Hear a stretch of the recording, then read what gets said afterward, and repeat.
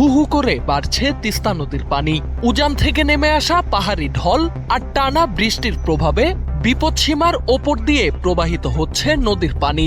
এতে লালমনিরহাটের বন্যা পরিস্থিতির আরও অবনতির আশঙ্কা দেখা দিয়েছে। মঙ্গলবার সকালে তিস্তা ব্যারেজের ডালিয়া পয়েন্টে পানির সমতল রেকর্ড করা হয়েছে 52.22 মিটার, যা বিপদসীমার 7 সেন্টিমিটার ওপরে। পানি উন্নয়ন বোর্ড জানিয়েছে, ভারতের উজান থেকে নেমে আসা ঢল ও গত কয়েকদিনের টানা বৃষ্টির কারণেই দ্রুত বাড়ছে পানির পরিমাণ। সোমবার সন্ধ্যায় বিপদসীমার 3 সেন্টিমিটার ওপরে থাকা পানি মঙ্গলবার সকালেই বেড়ে 7 সেন্টিমিটার ছাড়িয়ে যায়। RICL TMX, যুগের পর যুগ স্থাপনা থাকে মজবুত।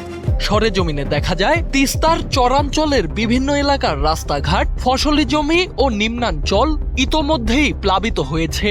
জেলার 5টি উপজেলার নদী তীরবর্তী এলাকায় ঢুকে পড়েছে বন্যার পানি। কোথাও কোথাও নৌকা ও ভেলাই এখন মানুষের চলাচলের একমাত্র ভরসা।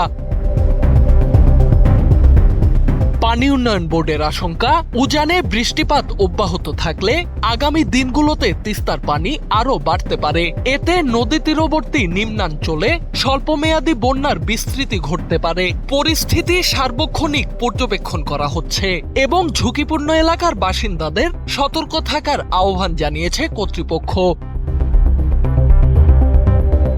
হঠাৎ করে পানি বেড়ে যাওয়ায় চরম দুর্ভোগে পড়েছেন চরাঞ্চলের মানুষ। পানিবন্দী পরিবারগুলোর গৃহপালিত পশু, শিশু ও বয়স্কদের নিয়ে পড়েছে বিপাকে।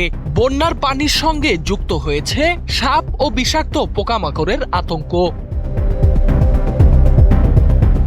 সোহানাল রাজি, NPB।